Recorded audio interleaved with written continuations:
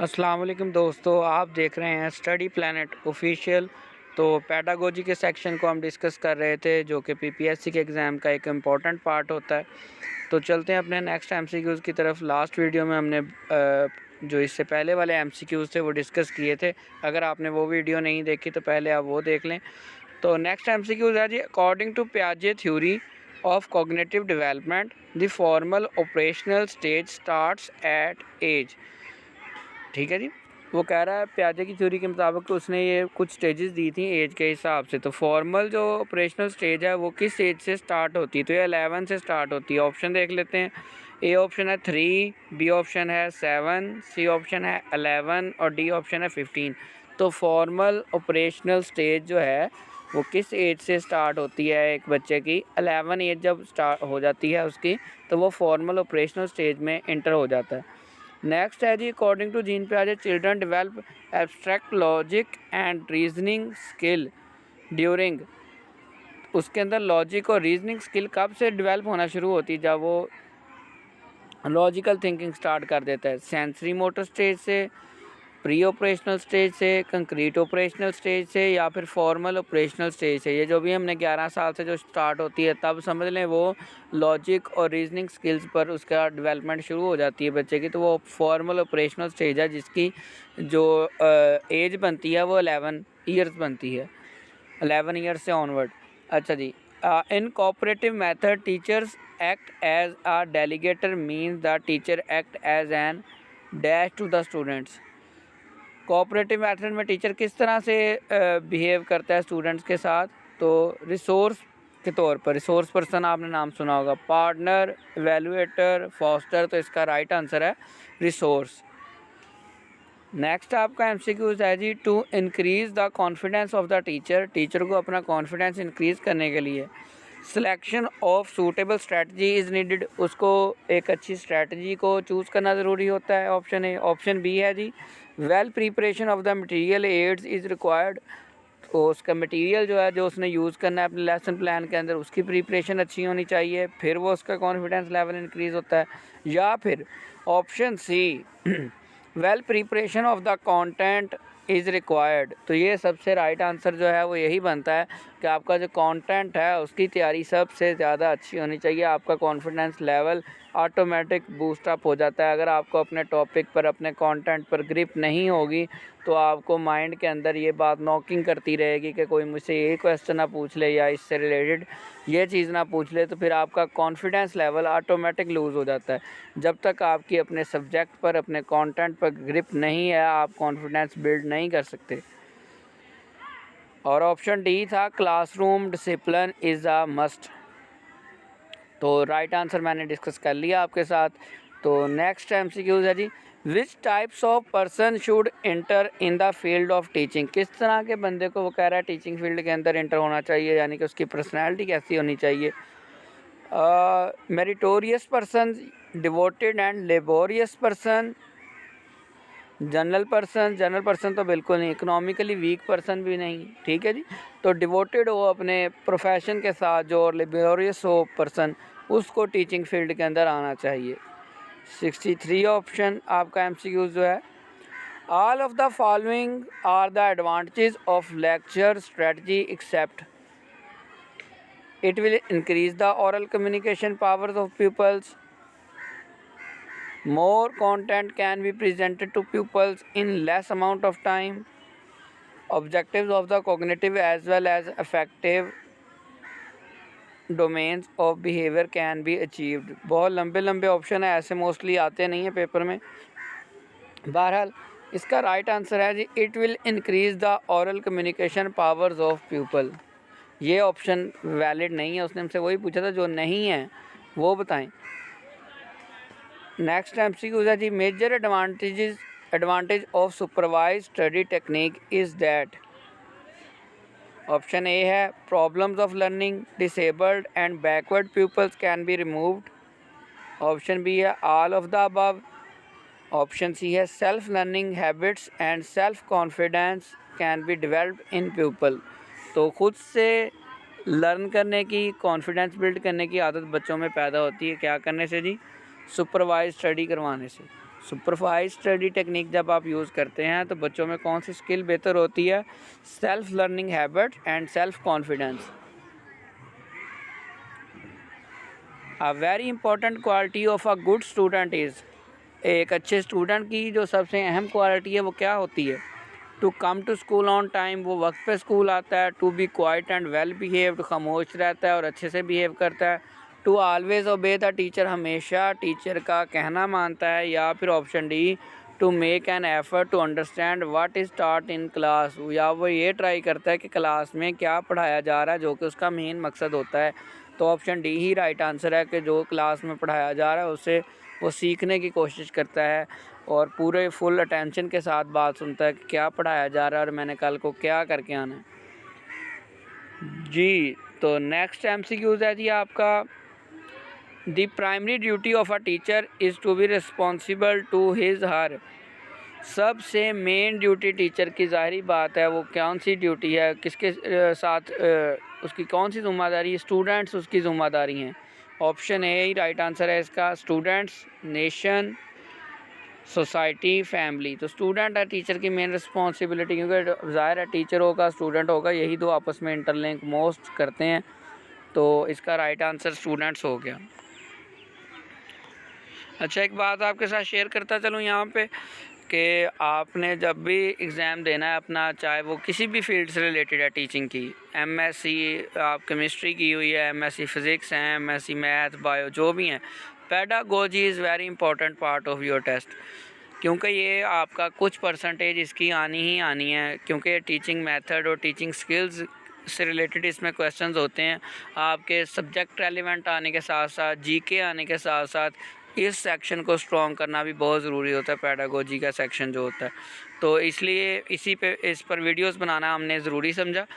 तो इसको आप जो है किसी भी टेस्ट की तैयारी के लिए आपको कम से कम 6 माह देने पड़ते हैं पीपीएससी का अच्छे नंबर से टेस्ट क्लियर करने के लिए। और सिर्फ टेस्ट ही नहीं, आपके कॉन्सेप्ट्स क्लियर होने चाहिए ताकि आप जो है इंटरव्यू भी पास कर सकें। वो तब भी होगा जब आपके कॉन्सेप्ट्स होंगे। एमसीक्यूज़ को डायरेक्ट रट्टा मारने से कुछ नहीं होगा। इसके बाद इंशाल्लाह हम डिटेल में फ़र्स्ट ईयर और सेकंड ईयर की एजुकेशन की जो बुक्स हैं वो बेसिक्स हैं, बहुत बेसिक्स हैं, और उनमें से बहुत सारा पार्ट आया होता है पीपीएससी के एग्ज़ाम में, ख़ास तौर पे एजुकेशन का जब टेस्ट होता है लेक्चर 17 स्केल्स का, तो वो फिर आपको इंशाल्लाह मज़ीद चीज़ें समझ आ जाएंगी। नेक्स्ट एमसीक्यूज़ है जी 67, to study the functioning of the unconscious mind, जो कि आप बगैर सोचे समझे माइंड के अंदर चीज़ें चल रही होती हैं उसकी स्टडी करना। Which of the following technique can be most profitably used, तो कौन सी टेक्निक यूज़ करते हैं अनकॉन्शियस माइंड को रीड करने के लिए, हम फंक्शन को स्टडी करने के लिए? Situational test, projective techniques, case studies, personality inventories. तो इसका राइट आंसर है प्रोजेक्टिव टेक्निक्स। नेक्स्ट है जी, what should teacher do after teaching the lesson, teacher lesson teach करने के बाद क्या करता है? He should give those answer of the question of the lesson. Option B है, he should ask to do question answer of the lesson. He should test the understanding of the student. ज़ाहिर बात है, हम जब समझा लेते हैं, पढ़ा लेते हैं, अपना लेक्चर कंप्लीट कर लेते हैं, तो लास्ट पर एक छोटा सा पार्ट होता है 5 से 7 मिनट का असेसमेंट का, जिसमें हम बच्चों से उसी टॉपिक से रिलेटेड मुख्तलिफ क्वेश्चन पूछते हैं, जिससे हमें पता चलता है कि क्या हमारा गोल जो था या हमारा आउटकम जो थे वो अचीव हो चुके हैं, student learning outcome SLOs achieve हुए हैं। अगर तो बच्चा राइट आंसर कर रहा है आपने जो पढ़ाया तो आपने वो चेक कर लिया अंडरस्टैंडिंग स्टूडेंट्स की। अगर नहीं कर रहा तो आप उस लेसन को दोबारा से उनको समझाएं। ऑप्शन डी है, he should leave them if they may write or not, अगर वो लिख रहे हैं नहीं लिख रहे हैं आप क्लास छोड़ दें, ये तो बिल्कुल ही एक फजूल किस्म की बात। नेक्स्ट है जी 69, the information about internet and computer makes children, internet की और कंप्यूटर की इन्फॉर्मेशन बच्चों को क्या बनाती है? गिव मोर नॉलेज, ज़्यादा नॉलेज देती है। Increase the knowledge of the information, information का जो इन्फॉर्मेशन है उसको नॉलेज को इंक्रीज़ कर देती है। ज़ाहिर बात है ऑप्शन बी राइट आंसर है कि उसका नॉलेज जो है वो इंटरनेट से और कंप्यूटर के यूज़ से बहुत ज़्यादा इंक्रीज़ हो जाता है, क्योंकि इंटरनेट पर लाखों की तादाद में डाटा पड़ा होता है एक ही टॉपिक के ऊपर, चाहे वो वेबसाइट से पढ़ लें बच्चे, चाहे वो इमेजेस से पढ़ लें, चाहे वो यूट्यूब से पढ़ लें। Make him best discipline more intelligent, तो इसका बी ऑप्शन ही राइट आंसर था कि increase the knowledge of information. 70 आ गया जी। One of the students of a class hardly talks in the class. एक बच्चा जो बोलता ही नहीं है। हमने देखा है जब आप प्रैक्टिकली क्लास में जाएंगे, अगर आप अभी टीचर नहीं हैं तो आपको शायद इस बात का अंदाज़ा ना हो कि जब हम क्लास में जाते हैं तो मैंने जो अपने अभी तक के एक्सपीरियंस किया है तजर्बे में अपनी लाइफ में, वो यही है कि हर क्लास के अंदर ना 5 से 7 बच्चे अच्छे होते हैं जिनको आप मारें ना मारें उन्होंने खुद ही काम कर लेना। फिर 10 से 15 बच्चे ऐसे होते हैं जो मीडियोकर होते हैं, कभी कर लिया कभी ना किया। और हर क्लास के अंदर ही 5 से 7 बच्चे बहुत ही डल लाजमी होते हैं। वो कोई ऐसी क्लास नहीं है मेरे ख्याल से जहाँ पे 5 से 7 बच्चे वीक ना हों। तो वो बोलते भी नहीं हैं। कुछ बच्चे उनमें से जब तक उनको मारो ना वो तब तक नहीं काम करते। कुछ बच्चे जो होते हैं वो वैसे ही कॉन्फिडेंस नहीं होता उनमें और वो खामोश रहते हैं। ये उस बच्चे की बात हो रही जो कि क्लास में बातचीत ही नहीं करता, किसी को बुलाता नहीं, कोई दोस्त बनाना पसंद नहीं करता। उसको उसकी साइकोलॉजिकल जो है उस पर इम्पेक्ट होता है। उसको साइकोलॉजिकली स्ट्रॉन्ग करने की ज़रूरत होती है टीचर को। उसको मारने का तो फ़ायदा ही नहीं, वो तो पहले ही इतना डिप्रेस है और खामोश तबीयत का बंदा है। How would you encourage him to express himself. आप उसको कैसे इनकरेज करेंगे, उसकी हौसला अफजाई करेंगे कि वो कुछ बोले। By organising discussion classroom activities, by encouraging children to take part in, by organizing educational games and programmers in which children feels like speaking। तो हम इस तरह की गेम्स या फिर प्रोग्राम अरेंज करेंगे क्लास में जिसमें गेम के दौरान बच्चा बोलना पसंद करे और बच्चा बोले। फिर गेम खेलने के दौरान ज़ाहिर है बच्चे गेमिंग के अंदर खुश होते हैं और गेम ही इस तरह की हो जिसमें बोलना पड़े तो वो बच्चे की स्पीकिंग पावर जो है वो इंक्रीज़ हो सकती है इस तरीके से। क्योंकि जो नए टीचिंग मेथड है उसमें यही कहा जाता है कि आप बच्चे को एज ए खेल के तौर पर पढ़ाएं, उसके साथ एक्टिविटीज़ करें, प्रैक्टिकली उसको पढ़ाएं, चार्ट्स उसके साथ शेयर करें और एविएट्स का इस्तेमाल करें। और वो स्टिक का इस्तेमाल तो बिल्कुल बैन है इस टाइम। तो इस तरह की चीज़ों से कि बच्चे को फ़ील ना हो कि मेरे पे बर्डन ना महसूस हो और वो खेल ही खेल में जो है पढ़ ले। जब बच्चे बोर हों तो आप वार्म अप एक्टिविटी करें कि उनके साथ स्टडी से हट के जो कोई हो, जैसे सिट स्टैंड की कर ली या क्लैपिंग करवा ली उनसे थोड़ी देर, या कोई और छोटा सा जिससे वो फ्रेश हो जाए। ऑप्शन 71 है primary teacher should give top priority to. Primary teacher को सबसे ज़्यादा अहमियत किस चीज़ को देनी चाहिए। Understanding the community, understanding the colleague teachers, interaction with the parents. तो primary teacher should give top priority क्योंकि छोटे बच्चे अपना जो है वो अच्छे और बुरे की पहचान अच्छे तरीके से नहीं कर सकते। तो उनके पेरेंट्स के साथ इंटरेक्शन रखना बहुत ज़रूरी होता है। प्राइवेट स्कूल्स में तो ये बहुत ज़्यादा होता है। हर मंथ के एंड पे पेरेंट टीचर मीटिंग ठीक है वो कंडक्ट करते हैं और वहाँ पर उनकी खिदमत भी की जाती है, उनको एक एक बच्चे की रिपोर्ट भी दी जाती है। लेकिन गवर्नमेंट सेक्टर में इस चीज़ की काफ़ी कमी होती है। और दूसरा ये कि अगर कोई बंदा अरेंज करना भी चाहे तो वालिदैन ज़राअत के शोबे से तल्लक़ रखते हैं, कोई खेतों में गया होता है, कोई कहीं गया होता है, वो आना इतना पसंद ही नहीं करते। वो कहते हैं जी ठीक है जी हम शाम को थोड़ी देर तक चक्कर लगा लेंगे। तो ये एक ड्रॉबैक है गवर्नमेंट सेक्टर के बच्चों का। लेकिन ये बहुत ज़रूरी है प्राइमरी सेक्शन के लिए ख़ास तौर पे कि आप उनके पेरेंट्स के साथ इंटरेक्शन रखें, उनको टच करते रहें, उनको बताते रहें कि बच्चा आ नहीं रहा, बच्चा काम कर रहा है, बच्चा काम नहीं कर रहा। नेक्स्ट है जी the best technique of teaching at primary stage is. Primary stage पर टीचिंग करने के लिए सबसे अच्छी टेक्निक कौन सी है। Self learning, the traditional black board and chalk technique, game technique. तो आपको मैंने पहले डिस्कस किया कि आजकल जो है मॉडर्न जो स्टडी है वो यही है कि आप बच्चे को खेल खेल में पढ़ाएं। वो खेल इस तरह से कि नहीं स्टडी से हट के हो।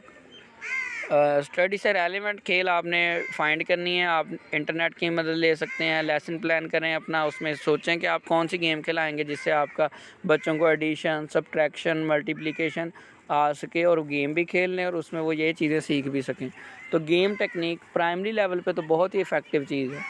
बच्चा आपको खुद कहेगा और करवाएं और करवाएं और पढ़ाएं। नेक्स्ट है जी a student having scientific attitude gets jobs good. जिसका साइंटिफिक एटीट्यूड हो वो क्या होता है उसका बेनिफिट स्टूडेंट को। फिर becomes curious, study systematically, thinks rationally. तो option D is the right answer, thinks rationally. वो रैशनली थिंकिंग करना पसंद करता है। नेक्स्ट है जी, when a teacher enters his class on the first day the theme of the discussion should be. जब टीचर पहली दफ़ा क्लास में दाखिल होता है तो उसको उसका थीम क्या होना चाहिए, डिस्कशन किस चीज़ पे करनी चाहिए उस क्लासरूम में। कोर्स कंटेंट, ओवरऑल जो कोर्स जो आपने पढ़ाना है उसको पूरा साल वो डिस्कस करो उसके साथ, ये बेटर है ऑप्शन है आपके लिए। या फिर स्कूल प्रिंसिपल के हवाले से बातें डिस्कशन कर लो, या फिर स्कूल बिल्डिंग, या फिर इंट्रोडक्शन। तो सबसे इम्पोर्टेंट पार्ट होता है फर्स्ट लेक्चर में आपका, पहली दफ़ा क्लास में एंटर होने पे इंट्रोडक्शन। अपना इंट्रोडक्शन दें सबसे पहले फुल कॉन्फिडेंस के साथ। उसके बाद बच्चों से एक एक बच्चे से उसका नाम, उसका एड्रेस और उसके लास्ट क्लास में पोजीशन क्या रही स्टडी की, मार्क्स कितने लिए उसने, ये सारी चीज़ें बच्चों के साथ डिस्कस करें ताकि आपको ओवरऑल क्लास का जो लेवल है वो पता चल सके और बच्चों को आपका पता चल सके कि आप किस चीज़ के टीचर हैं और आप क्या पढ़ाने वाले हैं। लास्ट आज की वीडियो का MCQs है 75 number. Dash is a teacher centred model. अब दो तरह के मॉडल होते हैं, एक टीचर सेंटर होता है, एक स्टूडेंट सेंटर होता है। टीचर सेंटर में टीचर को अथॉरिटी ज़्यादा होती है, इन्वॉल्वमेंट टीचर की ज़्यादा होती है, टीचर बच्चों को गाइड कर रहा होता है, बता रहा होता है, समझा रहा होता है, डिमॉन्स्ट्रेट करके दिखा रहा होता है। लेकिन स्टूडेंट सेंटर में बच्चे खेल रहे होते हैं, बच्चे ज़्यादा परफॉर्म कर रहे होते हैं, टीचर पैसिव होता है, बच्चे एक्टिव होते हैं स्टूडेंट सेंटर में। और स्टूडेंट सेंटर को ज़्यादा बेहतर समझा जाता है जिसमें बच्चे खुद से ज़्यादा इन्वॉल्वमेंट करें और टीचर कम इन्वॉल्व रहे। और जो टीचर सेंटर्ड है वो मोस्टली लेक्चर मेथड होता है जो आमतौर पे अपने चलता है कि हम टीचर बोलता रहता है, बच्चे बैठे सुन रहे हैं, कोई एक्टिव है कोई नहीं है एक्टिव, कोई सोया हुआ है। तो वो टेक्निक इतनी इफेक्टिव नहीं है। That focuses on students activity being guided by the teacher. Thinking model, pedagogical model, directive model, interact model. तो डायरेक्टिव मॉडल है, directive model is a teacher centred model. ठीक है जी। डायरेक्टिव मॉडल कौन सा होता है, टीचर सेंटर्ड। और ये मोस्टली बड़ी क्लासों में इफेक्टिव हो सकता है जहाँ पे बच्चे मैच्योर होते हैं और बात गौर से सुन रहे होते हैं।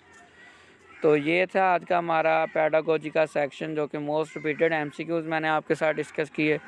अगर आपने अभी तक हमारे चैनल को सब्सक्राइब नहीं किया तो चैनल को सब्सक्राइब करके बेल आइकन को प्रेस कर दें ताकि हमारी आने वाली स्टडी प्लैनेट ऑफिशियल की तरफ से हर नई आने वाली इंफॉर्मेटिव वीडियो और जॉब्स के से रिलेटेड इन्फॉर्मेशन आप तक पहुंचती रहे। मिलते हैं इंशाल्लाह अपनी नेक्स्ट वीडियो में, तब तक के लिए अल्लाह हाफ़िज़।